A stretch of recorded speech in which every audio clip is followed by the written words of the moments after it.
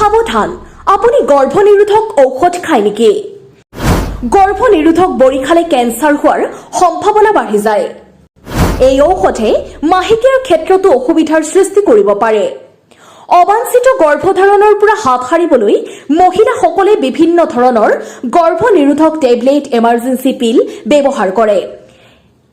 এই বড়ি সেৱনে অবাঞ্ছিত গৰ্ভধাৰণৰ পৰা আঁতৰি থকাত সহায় কৰে। কিন্তু জানেনে, গৰ্ভনিৰোধক বড়ি সেৱন কৰাটো শৰীৰৰ বাবে ক্ষতিকাৰক। এই বড়ি গ্ৰহণ কৰিলে বহু গুৰুতৰ সমস্যাৰ আশংকা থাকে। কোৱা হয় যে গৰ্ভনিৰোধক টেবলেট অতিমাত্ৰা সেৱন কৰিলে কেঞ্চাৰৰ দৰে গুৰুতৰ ৰোগ হ'ব পাৰে। বহু মহিলাই প্ৰশ্ন উত্থাপন কৰে যে জৰুৰীকালীন গৰ্ভনিৰোধক ঔষধ ব্যৱহাৰ কৰিলে কেঞ্চাৰ, বিশেষকৈ স্তন কেঞ্চাৰ হোৱাৰ সম্ভাৱনা বৃদ্ধি পায় নেকি? স্ত্ৰীৰোগ বিশেষজ্ঞৰ মতে গৰ্ভনিৰোধক বড়িয়ে শৰীৰত থকা হৰমনৰ মাত্ৰা নিয়ন্ত্ৰণৰ কাম কৰে।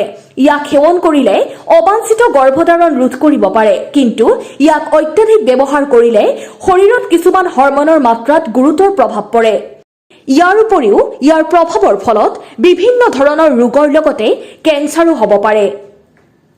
বয়স, শৰীৰ আৰু স্বাস্থ্য অনুসৰি মহিলাৰ গৰ্ভনিৰোধক বড়িৰ সেৱন বেলেগ বেলেগ হ'ব পাৰে। যদিহে এই টেবলেট অতি পৰিমাণে সেৱন কৰে তেনেহ'লে মূৰৰ বিষ, বমিৰ লগতে গৰ্ভনিৰোধক মাতৃদ্বয়ৰ উৎপাদন হোৱা হয়। শৰীৰৰ ষ্টেপচেৰেন হৰমনৰ মাত্ৰা হ্ৰাস পায়। চিকিৎসকৰ পৰামৰ্শ অবিহনে নিজাববীয়াকৈ এই টেবলেট সেৱন কৰাটো বিপদজনক বুলি গণ্য কৰা হয়। শৰীৰত বিভিন্ন ধৰণৰ সমস্যাৰ সৃষ্টি কৰে, লগতে ভৱিষ্যতে মাতৃ হোৱাৰ ক্ষেত্ৰতো সমস্যাৰ সৃষ্টি হয়।